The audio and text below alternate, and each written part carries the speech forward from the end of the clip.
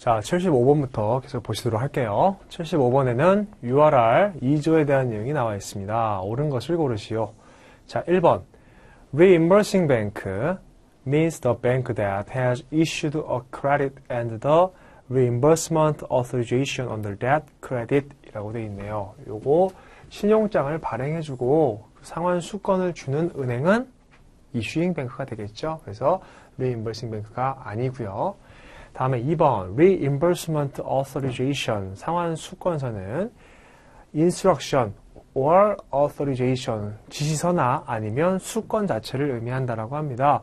independent of the credit 신용장과는 독립적으로 issued by an issuing bank 개설은행에 의해서 발행이 되고 누구에게? to a reimbursing bank to reimburse 상환을 하라고 a claim bank 청구은행에게 or if so requested by the issuing bank to accept and pay a time draft drawn on the reimbursing bank.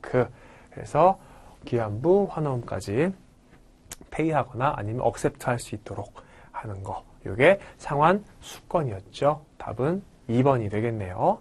다음에 3번에 reimbursement claim means a request for reimbursement from the claiming bank to the issuing bank라고 되어 있는데 우리 결국에는 상환이라는 것은요. 청구은행이 상환은행한테 돈 달라고 하는 거예요. 그렇죠? 그렇기 때문에 여기 issuing bank가 들어가면 안 되고 reimbursing bank가 들어가야 되겠죠. 자, 다음에 4번 reimbursement amendment 상환의 조건 변경이죠.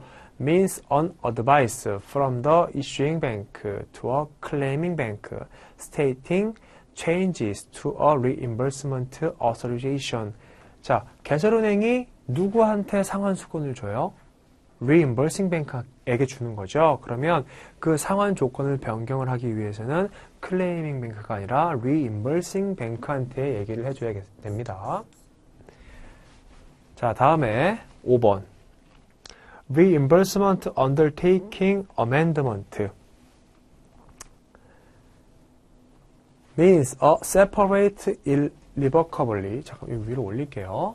자, means a separate irrevocable undertaking of the reimbursing bank issued upon the authorization or request of the issuing bank to a claiming bank named in the reimbursement authorization to honor that bank's reimbursement claim, provided the terms and conditions of the reimbursement undertaking have been complied with. 자, 이거 보면은 지금 상환 확약에 대한 조건 변경이라고 나와 있죠. 근데 이 내용 자체는 어떤 거예요? 상환 확약에 대한 내용이 나와 있습니다. 그래서 이 어멘드먼트가 빠져야 돼요. 자, 그래서 답은 우리 아까 전에 2번 나와 있었죠. 2번에 reimbursement authorization 이게 답이 되겠습니다. 자, 다음에 76번으로 가실게요. 영국 물품 매매법 2조에 관한 설명으로 옳은 것을 모두 고른 것은 우리 SGA도 계속해서 이렇게 나오고 있습니다.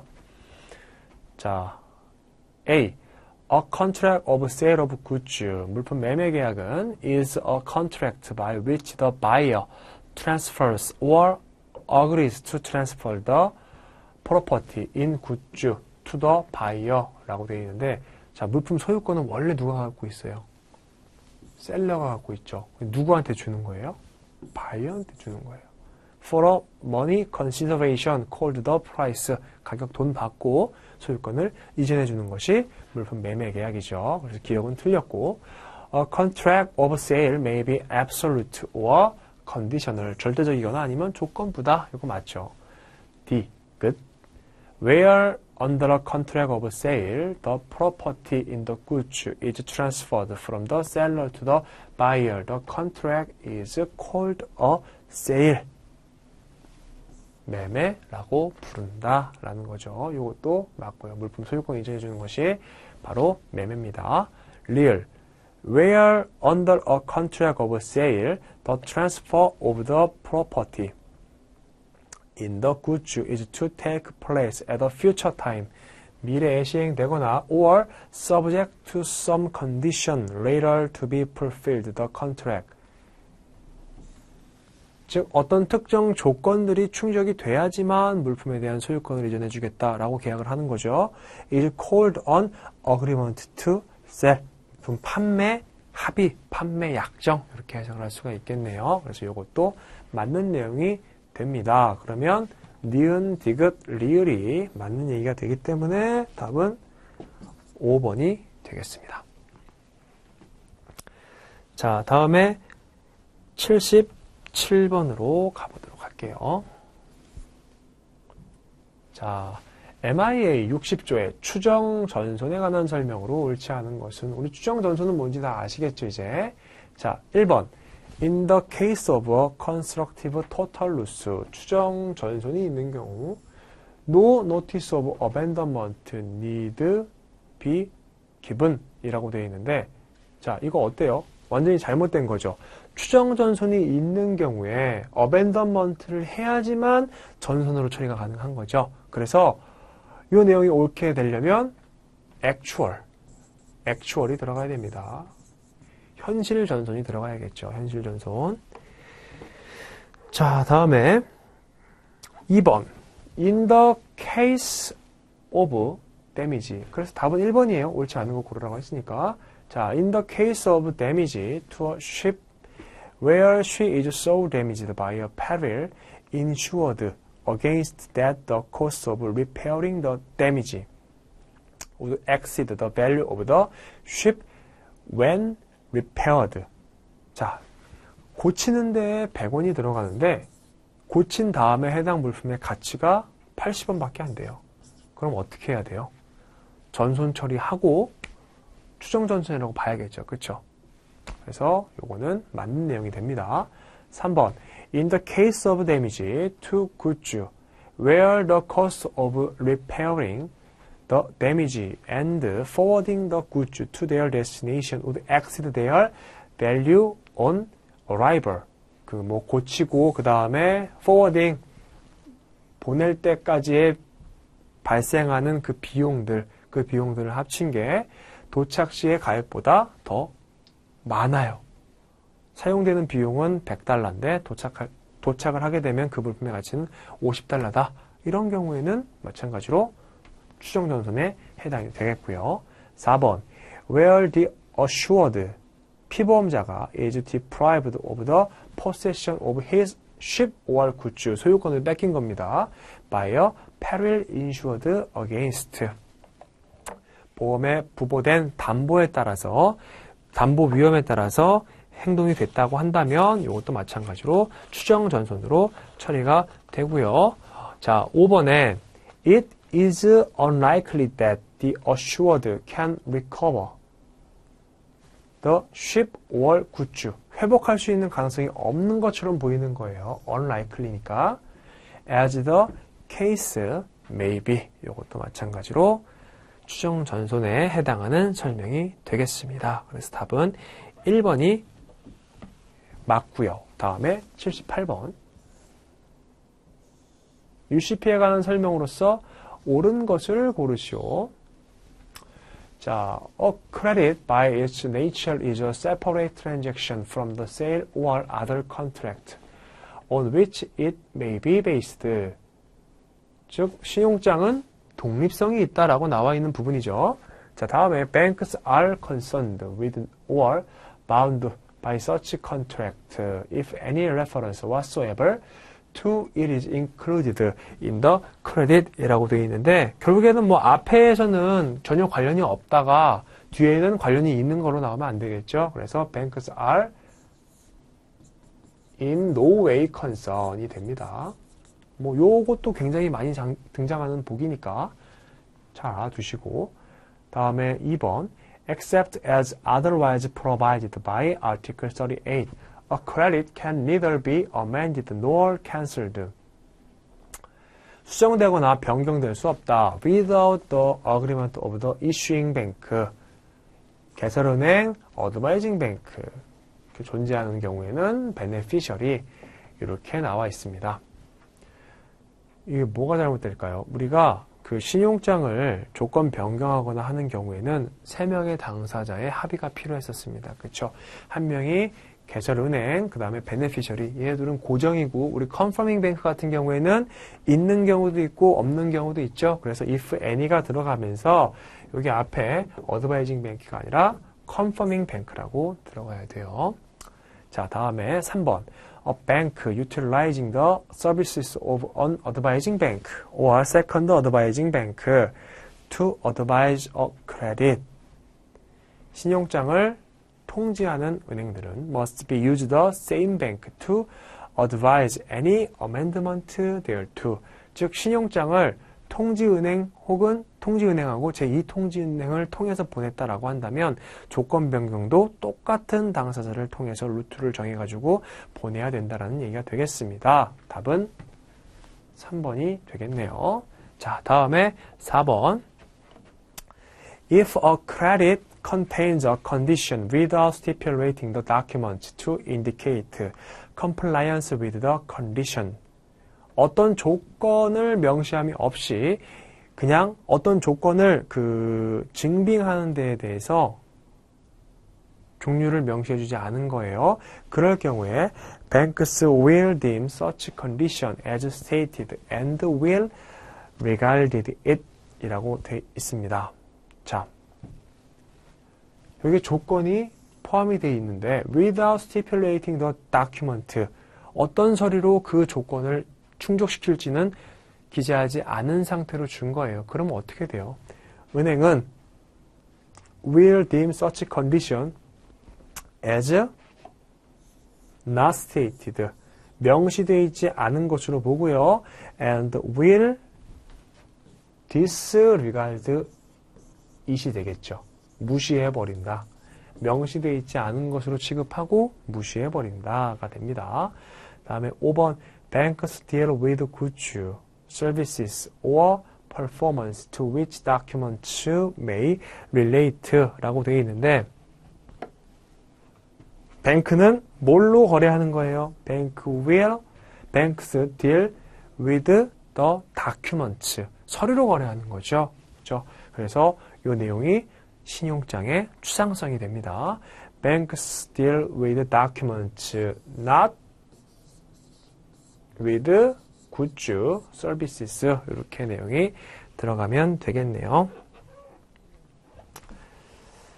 자, 그래서 banks deal with documents and not with 이렇게 넣어 놓으시면 되겠습니다. 답은 3번이고요.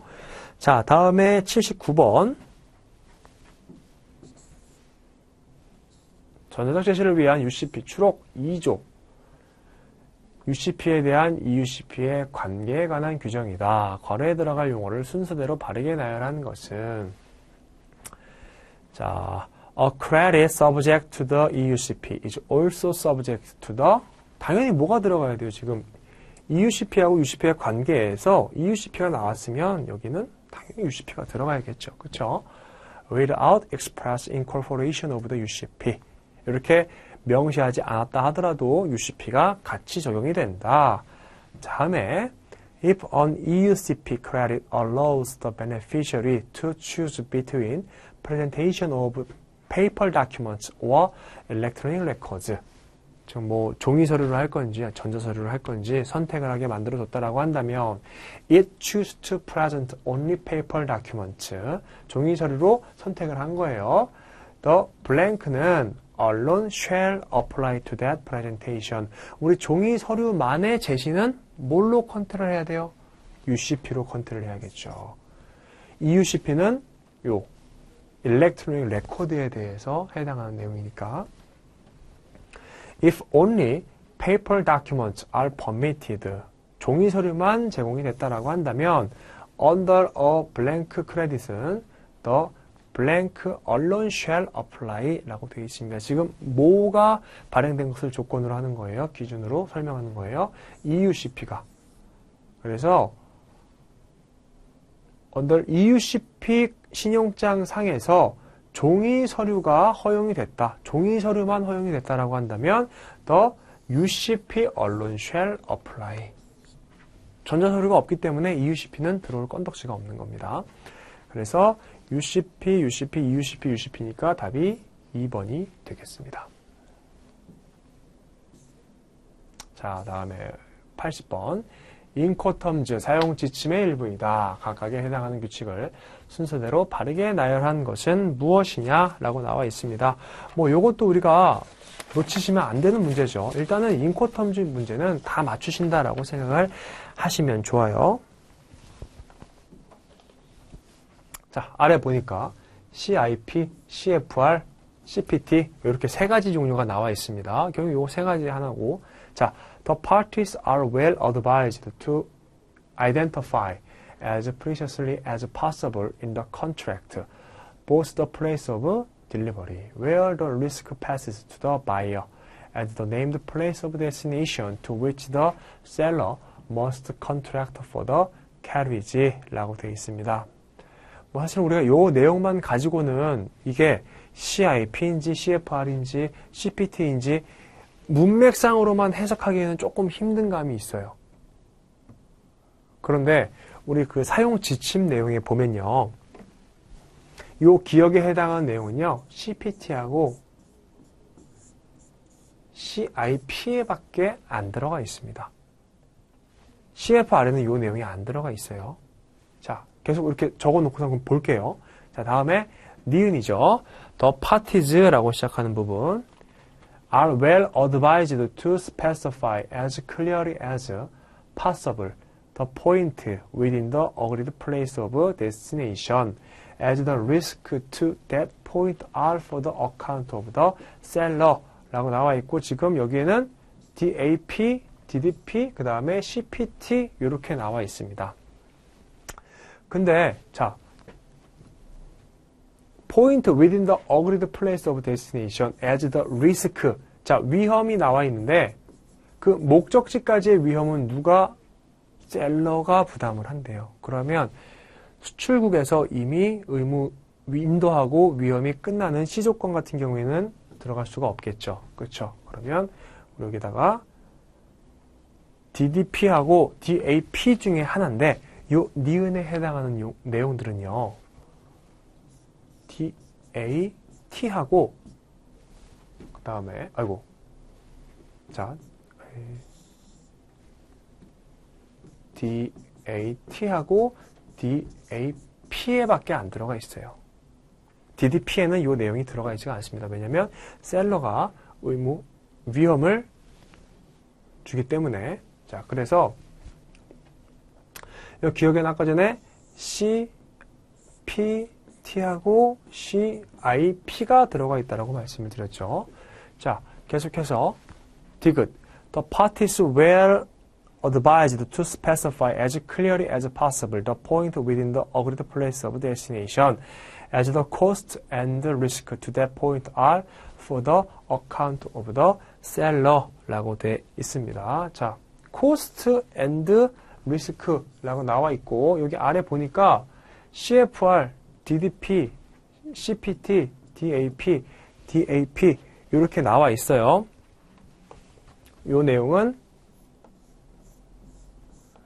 DDP에 해당하는 내용으로 볼 수가 있겠죠.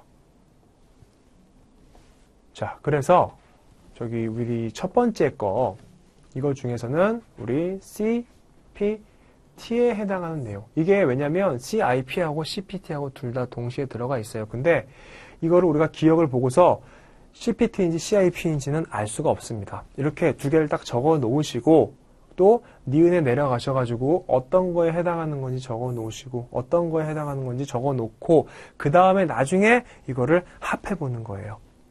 자, 처음에 여기 DDP 혹은 여기 DAT, DAP, 그 다음에 CPT, CIP 이것 중에서 어떤 것들이 들어갈지 한번 체크를 한번 해볼게요. 자, 먼저 여기가 DDP라고 한다면 사실 이게 답이 나오긴 했어요. DAP, 그 다음에 뭐 DAP도 뭐 어느 정도 가능성은 있겠죠.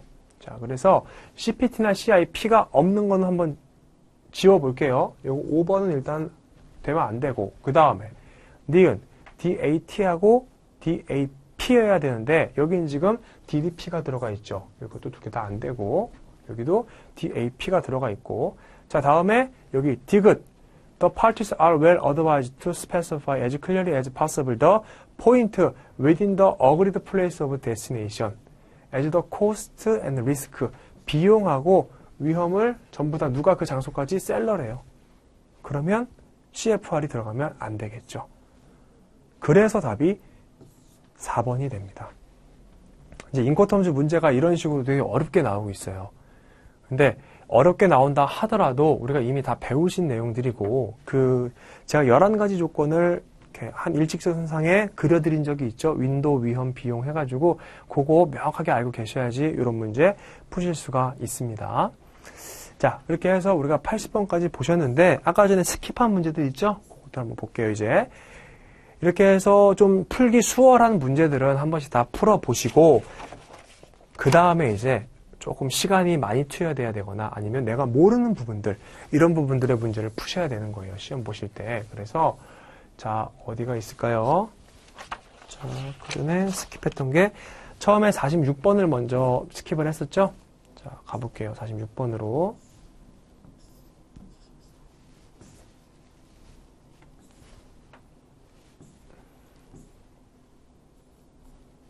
굉장히 좀 많네.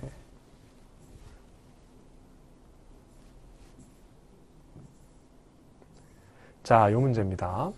자, 국제물품 매매 계획에 관한 유엔 협약 73조의 내용으로 옳은 것은 무엇인가? 제가 요거를 조금 스킵을 해달라고 말씀드렸던 이유는 한번 문제 풀어보시면 아실 거예요. In the case of a contract for delivery of goods. 자, 물품 인도 계약인데 by 뭘로? partial shipment라고 나와 있습니다. partial shipment는요, 분할 선적이에요. 선적에 대한 내용이에요. 근데 여기 지금 뭐예요? 딜리버리, 인도에 대한 내용이 나와 있어요. 인도는 인스톨먼트를 씁니다. 인스톨먼트. 그래서 분할 인도에 대한 개념이 들어가야 돼요. 자, 일단 기억은 틀렸고. If the failure of one party to perform any of his obligations in respect of any installment. 어떤 특정 분할 인도권에 대해서 의무를 이행을 했다라고 나와 있는 부분인데, 자, 우리 보시면 any가 나와 있죠. any, 단수. 그 다음에 여기 s가 붙어 있어요. 이게 틀린 겁니다. 그래서 s를 빼줘야 돼요. 다음에 constitutes a fundamental breach of contract. 이거는 맞고요. With respect to that, transshipment. transshipment는 뭐예요? 우리 환적이죠, 환적. 환적 같은 경우에는 여기에 들어갈 건덕지가 없는 거예요. 환적은 뭐 지금 분할인도 아니면 뭐 분할 선적, 할부 선적 이런 얘기하고 있는데 트랜시먼트가 들어가면 안 되겠죠. 그래서 여기도 마찬가지로 트랜시먼트가 아니라 인스톨먼트가 들어가야 됩니다. 분할 인도, 인스톨먼트. 자, 다음에 the other party may declare the contract avoided with respect to that installment. 본질적인 위반이 있는 경우에 어떻게 처리를 하겠다, 이런 내용들이 나와 있는 부분입니다. 그런데 보시면 아시겠지만 이렇게 용어의 정의가 명확하지 않거나 아니면 이런 것들, S 이런 것들을 그냥 넘어가면은 사실은 문제 못 풀어요. 그래서 제가 스킵하라고 말씀드린 거고, 아마 이 문제 푸신 분들 중에서도 정말 한 80% 이상은 한 번에 감이 안 오셨을 거예요. 자, 그래서 요거는 디귿하고 미음이 맞으니까 답은 5번이 되겠습니다. 다음에 47번이었죠. CMI 통일규칙 관한 설명으로서 옳지 않은 것은 무엇이냐? 자, 뭐 요것도 사실 그렇게 크게 어려운 문제는 아닙니다. 어려운 문제는 아닌데 일단 우리가 요 CMI 통일규칙 자체를 많이 공부하지 않으시기 때문에 조금 힘들게 다가올 수는 있어요. 자, these rules shall apply when adopted by a contract of carriage which is covered by a bill of lading or similar document of title, whether the contract be in writing or not 이라고 되어 있는데, 자, 여기 해상 화물 운송장 이렇게 나와 있는데 이거 좀 헷갈리실 수가 있어요. 자, bill of lading or similar document of title, 이런 것들은 뭐 헤이그라든지 아니면 함부르크 이런 쪽으로 적용이 되고요. CMI 토일 규칙 같은 경우에는 which is not covered, 즉 선화증권이나 그와 유사한 증권이 아닌 다른 증권에 의해서, 다른 운송장에 의해서 해당되는 경우에만 적용이 된다라고 보셔야 돼요. 그래서 여기에 is 다음에 not이 추가가 돼야 됩니다. 그래서 1번이 틀린 내용이에요. 자, 2번에 contract of carriage, 운송계약은 mean any contract of carriage subject to these rules which is to performed wholly or partly by C. 여기 C 나와있죠? 해상 저 얘기 나오면 C 방듯이 써두세요. C. 다음에 3. Carrier and shipper shall mean the parties named in or identifiable as such from the contract of carriage. 뭐 그 운송 계약에서 찾아볼 수 있는 이름들이죠. 캐리어나 아니면 shipper 이런 것들. 다음에 4번. The shipper on entering into the contract of carriage does so not only on his own behalf, but also as agent for and on behalf of the consignee, and warrant to the carrier that he has authority so to do 라고 되어 있습니다. 자, shipper, 물품을 보내는 사람은 계약을 체결하는 데 있어서 not only on his own behalf, 그 자신뿐만 아니라, 그 자신만을 대행해서가 아니라 also as agent, 대리인으로서 for and on behalf of the consignee, warrants to the carrier that he has authority so to do. 본인은 그 계약을 체결함으로써 나는 이러한 계약을 체결할 수 있는 자격이 있는 사람이야 라고 알려주는 것과 마찬가지라는 거죠. shipper는. 자, 다음에 5번. This rule shall apply it and only if it be necessary by the law applicable to the contract of carriage so as to enable the consignee to sue and sue their own 이라고 되어 있습니다. The consignee shall be under no greater liability than he would have had been had the contract of carriage been covered by a bill of lading or similar document of title 라고 되어 있고요. 자, 결국에는 필요한 경우에만 적용이 된다라는 겁니다. 필요한 경우에만 by the law applicable to the contract of carriage so as to enable 무엇을 가능하게 만들기 위해서 consignee, 수화인이 to sue, 소송을 제기하거나 혹은 제기를 받는 거죠. 거기다가 수화인 같은 경우에는 shall be under no greater liability, 그거보다 더 큰 의무를 지지는 않는데요. He would have had been the contract of carriage been covered by a bill of lading or similar document of title. 여기 한도까지만 책임을 지는 거고 그 이상은 책임을 지지 않는다라는 거죠. 자, 그 다음에 우리 쭉 넘어가셔가지고 아까 전에 59번이었죠.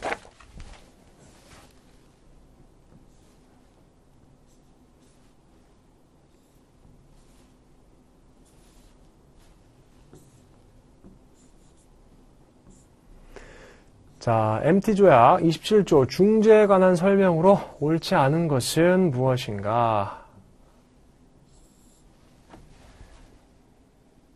자, 한번 보시도록 할게요. 1번에 Subject to the provisions of this article, parties may provide by agreement evidence in writing that any dispute that may arise relating to international multimodal transport under this convention shall be referred to arbitration. 여기 뭐라는 거예요? 문제가 생겼을 경우에는 뭘로 해결을 하라? 중재로 해결을 한다라는 겁니다. 자, 다음에 2번 The arbitration, 중재 절차는 shall at the option of the claimant. claimant 같은 경우에는 청구인이 되겠죠. 청구인. 자, 청구인의 선택에 따라 중재 절차는 be instituted at a place in a state within whose territory is situated. 일정한 영역에서 제기가 되어야 된다고 합니다. 해당 중재는 The principal, place of business of the plaintiff or in the absence of thereof the habitual residence of the plaintiff라고 되어 있는데 plaintiff 같은 경우는 우리가 고소인이에요. 고소인. 우리 중재 얘기하고 있는데 고소라는 단어가 나오면 안 되죠. 그렇죠? 그리고 여기에 클레이먼트, 청구인이 나와 있는데 여기에 고소인까지 나온다라고 한다면 유사한 의미가 중복이 되는 거기 때문에 요거는 안 되고요. 맞는 얘기로는 plaintiff가 아니라 defendant. 여기도 그렇고 둘 다 defendant, 피청구인에 대한 개념이 들어가야 됩니다. 그래서 어디서 제기돼야 되느냐? The principal place of business of the dependent. 청구인의 주된 영업시 소재지. 혹은 그게 없는 경우에는 habitual residence. 거주지에서 제기돼야 된다라는 내용이 들어가면 됩니다. 자, 그래서 답은 2번이 되겠고요. 3번에 The arbitrator or arbitration tribunal shall apply the provisions of this convention. 이 조항을 따라야 된다. 중재자라든지 아니면 중재위원회. 자, 4번에 The provisions of paragraph 2nd and 3rd of this article shall be deemed to be part of every arbitration clause or agreement. And any term of such clause or agreement which is inconsistent therewith shall be null and void. 자, 뭐 이거 당연하겠죠. 일치하지 않는 것들은 당연히 무효가 된다라고 나와 있는 거고. Nothing in this article shall affect the validity of an agreement on arbitration made by the parties after the claim relating to the international multimodal transport has arisen 이라고 돼 있어서 결국에는 뭐 우리 중재 합의는 계속해서 유효하다라는 거예요. 이거에 대해서 영향을 미치지 못한다. 중재 합의는 유효하다라고 보시면 되겠습니다. 답이 아까 2번이었죠? 상기에 체크해 두시고. 자, 그 다음에 우리 66번으로 가보도록 하겠습니다.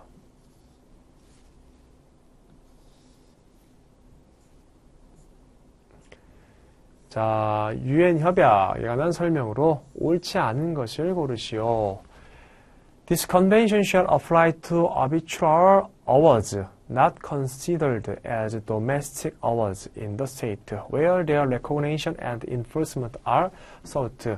승인 및 집행이 인정된 국가의 내부 판결이 아닌 것들, 그렇죠? 외국 중재 판정에 대해서 진행하는 거니까 1번 맞고요. 2번 When signing, ratifying, or acceding to this convention, 뭐 서명하거나 비준 인가하거나, or notifying, 알려주는 거죠. extension은 확대해서 적용하는 겁니다. Under Article 10th hereof, any state may, on the basis of reciprocity, 요거는 상호주의, declare, 선언합니다. That it will apply the convention to the recognition and enforcement of awards made only in the territory of another contracting state. 그래서 뭐 이 내용도 맞는 얘기고 사실은 뭐 1번도 그렇고 2번도 그렇고 우리가 16, 17 기출할 때 보셨던 내용들이에요. 그래서 뭐 이런 것들은 요 단어 reciprocity 요것만 좀 잘 챙겨가시길 바라겠고요. 자, 다음에 3번. Each contracting shall recognize, 인정해야 된다, 뭐 승인해야 된다, an oral agreement under which the parties undertake to submit to arbitration or any differences which have arisen or which may arise between them in respect of a defined legal relationship 이렇게 나와 있는데, 자, 우리 요거 오럴 어그리먼트, 구두에 의한 합의거든요. 근데 외국 중재 판정, 즉 중재로 가기 위해서는 우리가 반드시 뭐가 필요하다고 말씀을 드렸어요? 서면에 의한 합의가 필요하다라고 말씀을 드렸죠. 그래서 여기 oral agreement는 틀린 내용이 됩니다. agreement in writing이 맞는 얘기가 되겠죠.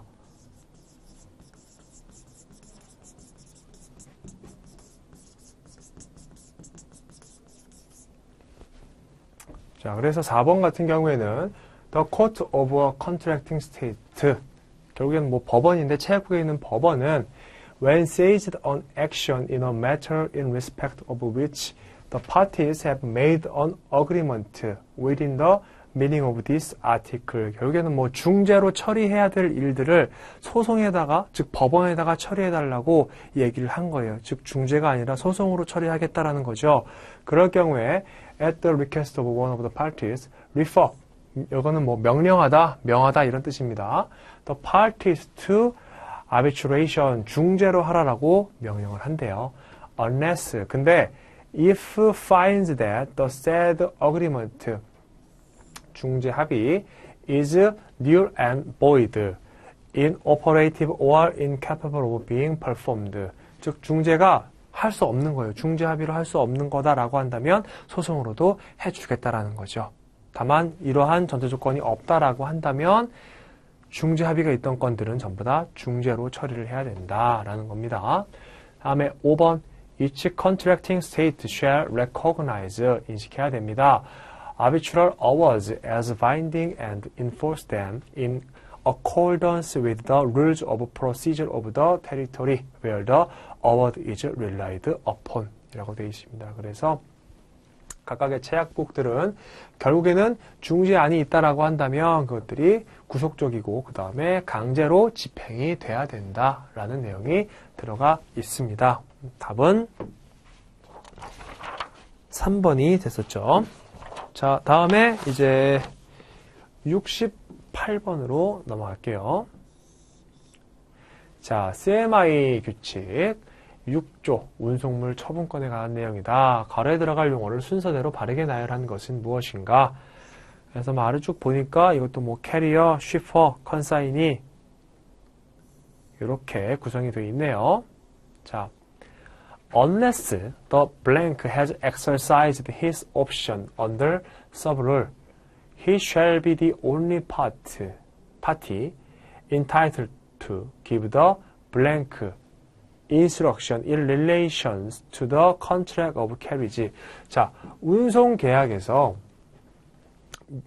이런 지시사항을 내릴 수 있는 존재, 그리고 그 지시를 받는 존재가 누구인지 알면은 첫 번째하고 두 번째 괄호는 푸실 수가 있는 거죠. 자, 그러면은 뭐가 돼야 될까요? 처음에는 명령, 지시를 하는 존재는 쉬퍼가 되겠고요. 지시를 받는 존재는 캐리어가 되겠죠. 그러면 결국엔 뭐 3번 아니면 5번이 답이겠네요. 자, 위로 올라가서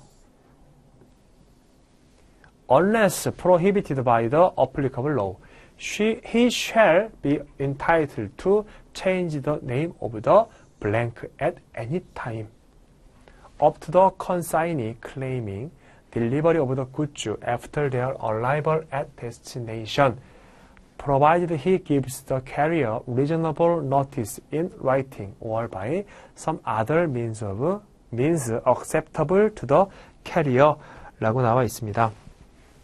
자, 결국에는 이 어떠한 당사자의 명칭을 변경할 수 있는 권리가 있다라고 하는데 그 권리는 누구한테 있는 거예요?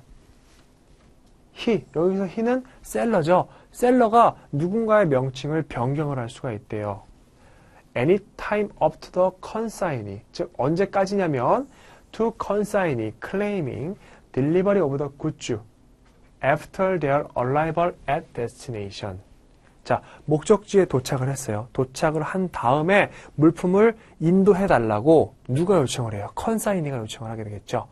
그 수입국에 물품이 딱 도착을 했습니다. 도착을 하고 여기에서 이제 수화인한테 가야 되는데 요 물품이 인도되기 전까지는 계속해서 명칭을 바꿔줄 수 있다는 거예요. 누구 명칭을? 컨사이니, 물품 받을 수화인의 명칭을 바꿔줄 수가 있다라는 의미가 들어가야겠죠. 자, 그럼 아까 전에 쉬퍼 캐리어 나온 다음에 컨사이니가 들어가야 되는데 똑같이 들어가 있네요. 그렇죠? 똑같이 들어가 있고 그 다음에 보니까 또 캐리어도 똑같이 들어가 있어요. 결국엔 답이 캐리어가 되겠죠. 자, 한번 볼게요. 이것도.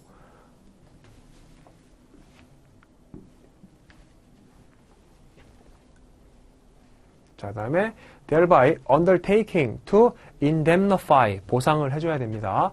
the blank 누구의 손해를 보상을 해줘야 된대요.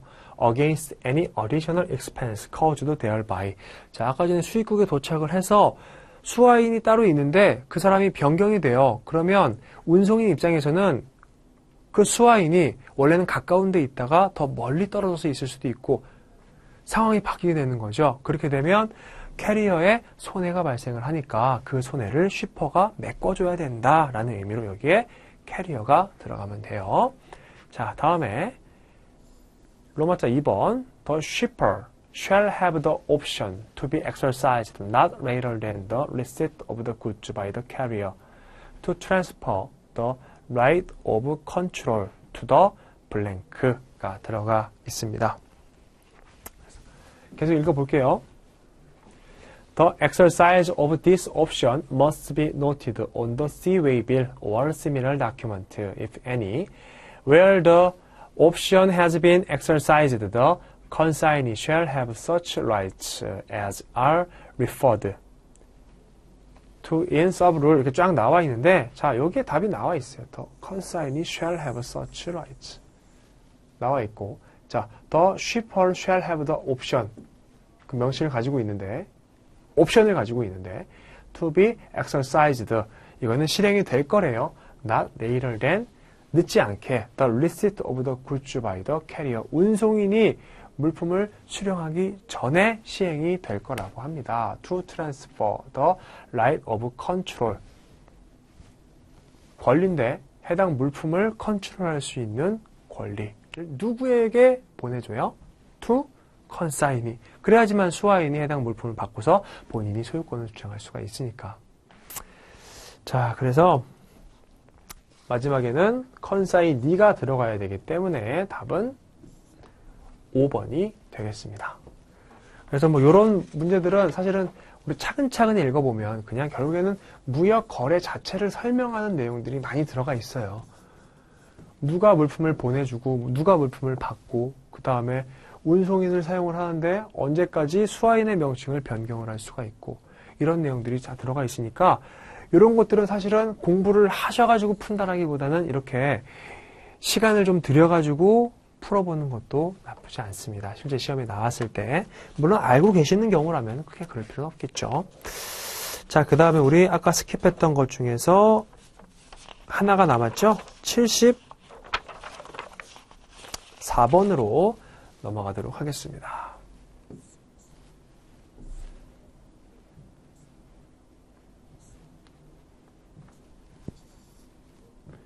자, 여기고요. URC 수수료 및 비용에 관한 설명으로서 옳지 않은 것은 무엇인가 묻는 문제가 돼요. 자, 1번에 If the collection instruction specifies that collection charges and the war expense are to be for account of the drawee and the drawee refused to pay them. 자, 모든 관련 비용을 지급인한테 떠넘기려고 해요. 근데 지급인이 싫다고 했어요. The remitting bank may deliver the document against payment or acceptance or on other terms and conditions as the case may be without collecting charges and or expenses 라고 되어 있는데 자, 우리가 상식으로 생각해 봤을 때 그런 서류를 제시하고 그 다음에 비용을 뭐 DP라고 한다면 지급을 받고 DA라고 한다면 인수를 받고 하는 주체는 누구였어요? 여기는 지금 리미팅 뱅크라고 나와 있는데 리미팅 뱅크가 아니죠. 그렇죠? 제시를 하는 주체는 프레젠팅 뱅크였습니다. 제시은행. 그래서 뭐 콜렉팅 뱅크하고 우리 프레젠팅 뱅크하고 헷갈리면 안 되세요.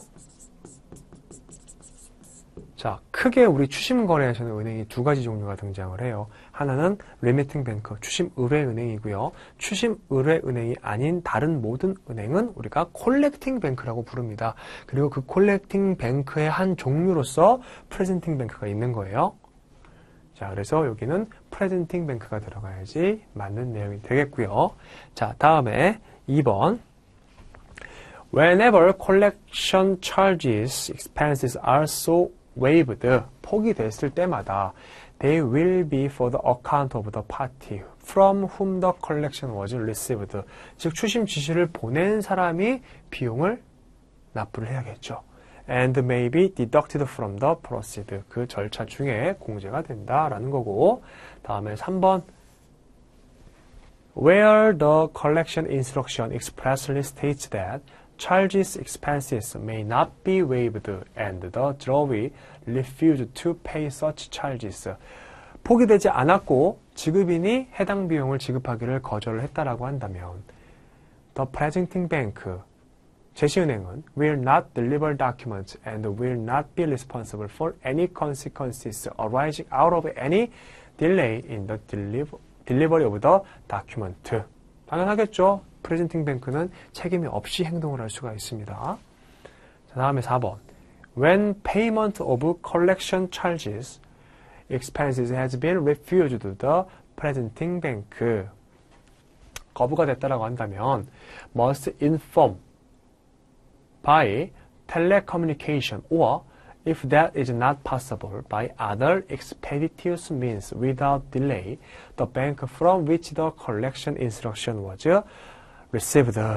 추심 지시서를 보낸 은행에게 바로 알려줘야 돼요. 어떻게? 텔레커뮤니케이션을 통해서. 만약에 텔레커뮤니케이션을 통할 수가 없다라고 한다면 유사하게 신속한 수단, expeditious means, 요거를 통해서 알려줘야 된다라는 거죠. 통지가 중요합니다. 자, 다음에 마지막으로 5번 나와 있습니다. In all cases where in the express terms of a collection instruction or under this rule, 어떻게 됐든 간에 기재가 되어 있다라는 거예요. disbursement, 요거는 지불이 되겠죠. 지불, expense, 뭐 지출, 비용, 혹은 collection charges, 추심 비용들은 are to be borne by the principal. 누구예요? 추심 의뢰인. The collecting bank shall be entitled to recover promptly outrage in respect of disbursement expenses and charges from the bank from which the collection instruction was received. 아니 뭐 위에 나왔던 내용들 거의 뭐 유사하게 반복하는 내용들이 좀 많습니다. 어쨌든 간에 추심 의뢰인이 아니라 뭐 추심 의뢰 은행이라든지 아니면 추심 은행 같은 경우에는 결국에는 추심 의뢰 은행의 요청을 받고 서비스를 제공하는 것이기 때문에 나중에 결국에는 비용을 반환받아야겠죠. And the remitting bank shall be entitled to recover promptly from the principal any amount so paid out. 그렇죠? 이미 지급된 비용에 대해서 remitting bank, 추심 의뢰은행도 principal, 추심 의뢰인에게 돈을 받아갈 수가 있고요. Together with its own disbursements, expenses and charges, regardless of the fate of the collection.